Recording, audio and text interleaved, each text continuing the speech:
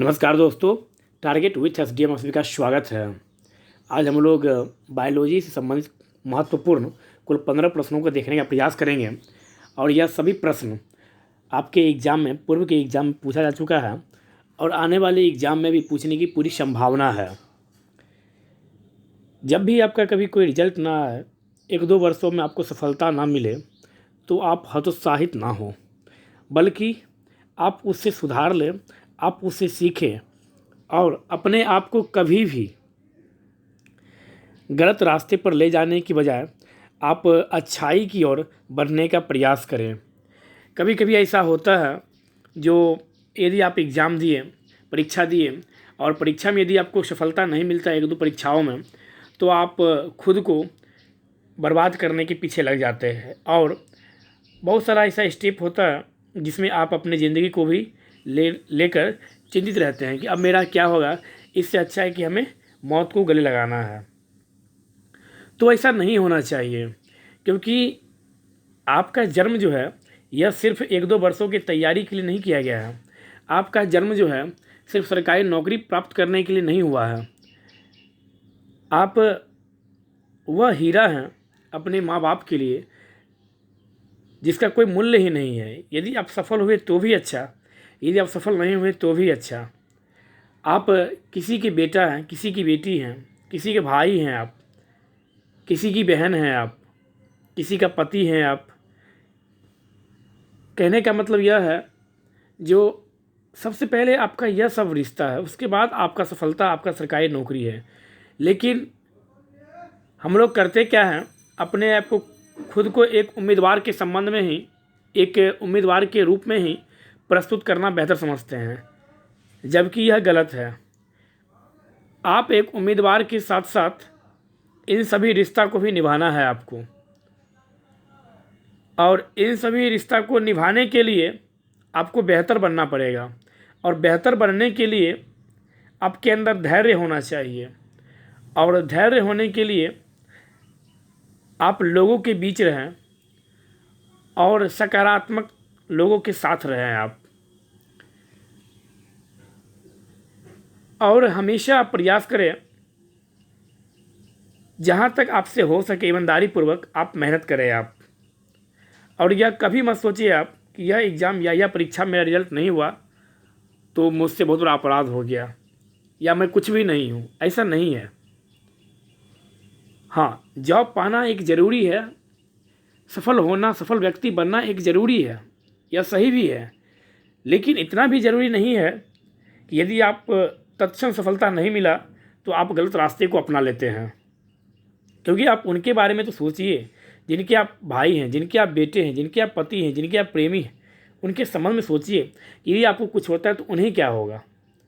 इस कारण से अभी का जो समय चल रहा है कोरोना महामारी का, इस समय में लोग रूम में बंद रहते रहते उनका दिमाग, अब वैसे बोला भी जाता है कि अकेला व्यक्ति जो है वो शैतान का कार्य करता है। कहने का मतलब कि यदि आप अकेले बैठे हैं तो हमेशा आपके माइंड में कुछ ना कुछ आता रहेगा।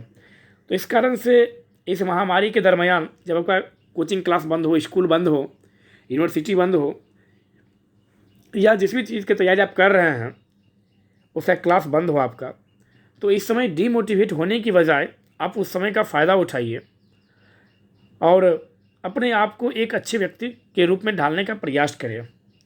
और ऐसा कोई भी कदम ना उठाए जिनसे आपको तो लगता है कि आपके लिए यह कदम बेहतर है, लेकिन आपके माँ बाप की आंखों में आंसू आ जाए। ऐसा कुछ भी ना करें।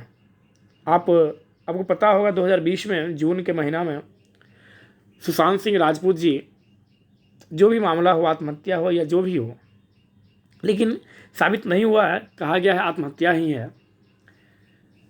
बताइए उनको किस चीज़ की कमी थी। अपने दम पे उन्होंने सफलता प्राप्त की, अपने दम पे उन्होंने शान शौकत प्राप्त की।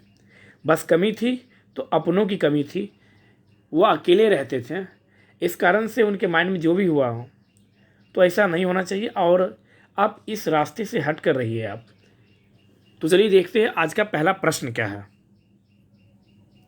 शरीर के जोड़ों में गठिया रोग निम्नलिखित में से किसके जमाव से होता है। कौन सा रोग? तो गठिया रोग option B is right answer, uric अम्ल। गठिया रोग शरीर के जोड़ों में यूरिक अम्ल के जमाव से होता है। जब कभी गुर्दे से मूत्र कम अथवा मूत्र अधिक बनने से सामान्य स्तर भंग हो जाता है तो यूरिक अम्ल का रक्त स्तर बढ़ जाता है और यूरिक अम्ल के क्रिस्टल भिन्न भिन्न जोड़ों पर जमा हो जाते हैं। तो आपसे जब भी कभी पूछे कि शरीर के जोड़ों में गठिया रोग जो है वह किसके जवाब से होता है, तो यह यूरिक अम्ल के जवाब से होता है। Option B is right answer. Next, anthophobia किसका डर है? तो एंथोफोबिया जो है वह पुष्पों का डर है। किसका डर है? तो एंथोफोबिया पुष्पों का डर है। Option number C is right answer. Anthophobia शब्द की उत्पत्ति ग्रीक भाषा एंथोस मतलब क्या फ्लावर होता है तथा फोवास मतलब क्या फियर मतलब डर से हुई है, जिसमें पुष्पों तथा पुष्पों के विभिन्न भाग जैसे दलपुंज इत्यादि से भय उत्पन्न होता है। किसी वस्तु या घटना के प्रति असंगत तथा काल्पनिक भय का होना फोबिया कहलाता है। डर का मतलब ही है फोबिया, मतलब क्या फोबिया का मतलब ही है डर। तो एंथोफोबिया किसका डर है? तो एंथोफोबिया से पुष्पों का डर है। नेक्स्ट, वातोत्माद रोग सामान्यतः किस वर्ग में होता है? तो वातोत्माद रोग को ही हिस्टीरिया कहते हैं। क्या कहते हैं? हिस्टीरिया कहते हैं। और यह बीमारी जो है यह सामान्यतः जवान महिलाओं में पाया जाता है। वातोत्पाद अर्थात हिस्टीरिया नामक रोग सामान्यतः उन महिलाओं को अधिक होता है जो कि जवान तथा अविवाहित हैं, क्योंकि यह तंत्रिका तंत्र संबंधी रोग है जिसमें महिलाओं में घबराहट, बेचैनी एवं बेहोशी के लक्षण दिखाई देते हैं। बाद में शादी हो जाने पर यह रोग स्वतः ही ठीक हो जाता है। कितना अच्छा इलाज है इस बीमारी का कि विवाह हो जाने के पश्चात यह रोग खुद ब खुद ठीक हो जाता है। नेक्स्ट, सिलोकोसिस क्या है? तो सिलोकोसिस एक फेफड़े संबंधी बीमारी है। Option number C is right answer. सिलोकोसिस जो है वह फेफड़ा संबंधी एक बीमारी है। धूल कणों में उपस्थित सिलिका श्वसन के द्वारा मनुष्य के फेफड़ों में पहुंच जाता है और सिलिका के नियमित रूप से फेफड़ों में पहुंचने से यह रोग उत्पन्न होता है। तो सिलिका के नियमित रूप से फेफड़ों में पहुंचने से कौन सा रोग उत्पन्न होता है? तो सिलोकोसिस नामक बीमारी है। किससे संबंधित है? तो यह फेफड़ा से संबंधित है। नेक्स्ट, किस तत्व की कमी से घेंघा रोग होता है? तो option number C is right answer. Iodine की कमी से घेंघा नामक रोग होता है जो गले में होता है। इससे गर्दन फूलकर मोटी कॉलर जैसी दिखाई पड़ने लगती है। आयोडीन का स्रोत दूध, समुद्री भोजन तथा आयोडीन युक्त नमक है। यह थायरॉक्सिन हार्मोन का महत्वपूर्ण घटक है। थायरॉक्सिन हार्मोन का महत्वपूर्ण घटक किसे माना जाता है? तो थायरॉक्सिन हार्मोन का महत्वपूर्ण घटक आयोडीन को माना जाता है। और आयोडीन की कमी से कौन सा रोग होता है? तो आयोडीन की कमी से घेंघा नामक रोग होता है। आयोडीन किस बीमारी व्यक्ति को दिया जाता है जो पीड़ित होते हैं? तो घेंघा नामक रोग से जो व्यक्ति पीड़ित होते हैं उन्हें आयोडीन दिया जाता है। नेक्स्ट,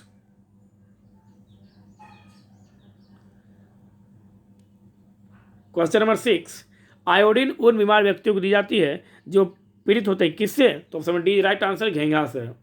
नेक्स्ट, उन देशों में जहाँ के लोगों का मुख्य खाद्यान्न पॉलिश किया हुआ चावल है वहाँ के लोग किस बीमारी से पीड़ित होते हैं? तो बेरी option number B is right answer.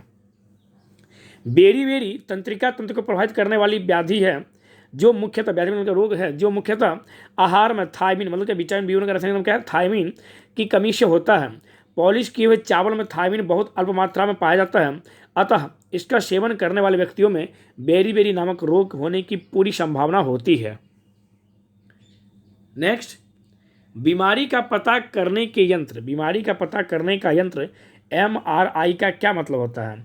तो MRI का मतलब होता है चुंबकीय रेजोनेंस चित्रीकरण। क्या होता है? चुंबकीय रेजोनेंस चित्रीकरण मतलब क्या? Magnetic resonance imaging. तो MRI का फुल फॉर्म क्या होता है? Magnetic resonance imaging. M मतलब मैग्नेटिक, R मतलब रेजोनेंस और I मतलब इमेजिंग मतलब क्या? चित्रीकरण। तो option number C is right answer. Next, BMD परीक्षण किया जाता है किसके लिए?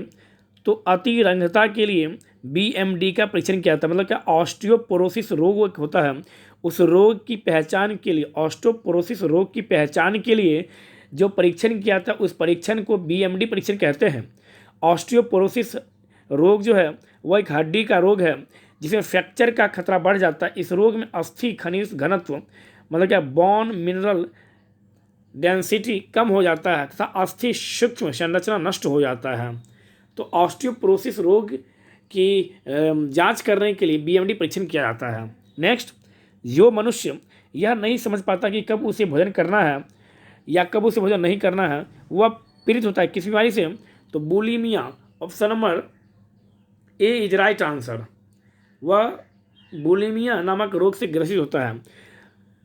बुलिमिया नार्वोसा एक प्रकार का भोजन संबंधी विकार है। बुलिमिया से ग्रस्त व्यक्ति बहुत कम समय में बहुत अधिक मात्रा में भोजन का सेवन कर लेता है और फिर वजन वृद्धि से बचने के लिए मल त्याग आदि माध्यमों से ग्रहण किए गए भोजन का त्याग करने के लिए प्रयासरत रहता है।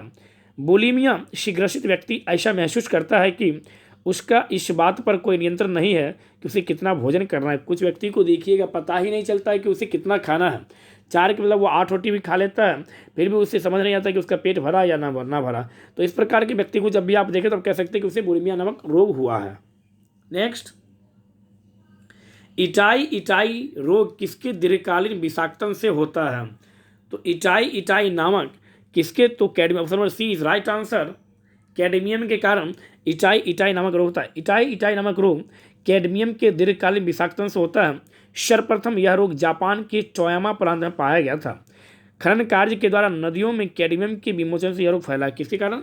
तो कैडमियम कारण इटाई नामक रोग किसके कारण होता है? तो कैडमियम कारण यह रोग होता है। यह भी आप यहाँ से याद रखेंगे। नेक्स्ट, ब्लू बेबी नामक प्रदूषणकारी बीमारी पीने वाले जल में निम्न में से किसके अधिक विद्यमान होने के कारण होता है?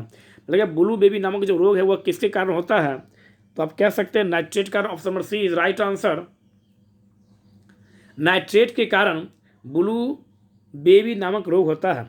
ब्लू बेबी सिंड्रोम रोग से बच्चों की प्रभावित होने की संभावना तब होती है जब जल में नाइट्रेट की मात्रा 10 ppm से अधिक होती है। इससे बच्चे के होंठ एवं शरीर का अंग नीला पड़ने लगता है। यह नाइट्रेट हीमोग्लोबिन से क्रिया करके उसकी ऑक्सीजन परिवहन की क्षमता को कम कर देता है, जिससे श्वसन चिकित्सकीय भाषा में गोल्डन आवर का संबंध है। तो हृदयघात हार्ट अटैक के पहले घंटे को गोल्डन आवर कहा जाता है। नेक्स्ट, तो option number C is right answer. Next, beta blocker एक औषधि है किससे बचाने हेतु? तो हृदयघात। Option number A is right answer. Beta blocker एक ऐसी औषधि है जिसका उपयोग हृदयाघात और उच्च रक्तचाप से बचने के लिए किया जाता है। किसका प्रयोग? तो बीटा ब्लॉकर एक औषधि है, एक दवा के रूप में हार्ट अटैक से बचाने के लिए किया जाता है इसका प्रयोग। नेक्स्ट, हृदय की धड़कन नियंत्रित करने के लिए निम्न में से कौन सा खनिज आवश्यक है? तो हृदय की धड़कन नियंत्रित करने के लिए पोटेशियम नामक जो खनिज है वो आवश्यक है। पोटेशियम हृदय की धड़कन एवं नाड़ी संस्थान के कार्यों को संचालित करता है। मांस, मछली, अनाज, फल, सब्जियां इत्यादि पोटेशियम के अच्छे स्रोत हैं। फास्फोरस हड्डियों के विकास के लिए आवश्यक है। लोहा जो है लौह तत्व की कमी से रक्तल्पता मतलब क्या एनीमिया नामक रोग होता है। एनीमिया नामक रोग किसी कमी से होता है? तो लोहा नामक लौह के नामक या आयरन की कमी से एनीमिया नामक रोग होता है। यह भी आप थोड़ा सा याद रखेंगे। तो इस प्रकार से आज हम लोग कुल 15 प्रश्नों को देखने का प्रयास किए और हम उम्मीद करते हैं कि जितना भी आप प्रैक्टिस सेट जिस भी एग्जाम की आप तैयारी कर रहे होंगे उस एग्जाम की प्रैक्टिस सेट में यह प्रश्न आपको ऑलरेडी मिल चुका होगा या आगे जो आप देखेंगे प्रश्न वो उसमें मिलने की पूरी संभावना है। और हम उम्मीद करते हैं कि आप लोग स्वस्थ होंगे, मस्त होंगे, अच्छे से रहिए और अधिक से अधिक पढ़ाई पर ध्यान दीजिए। धन्यवाद।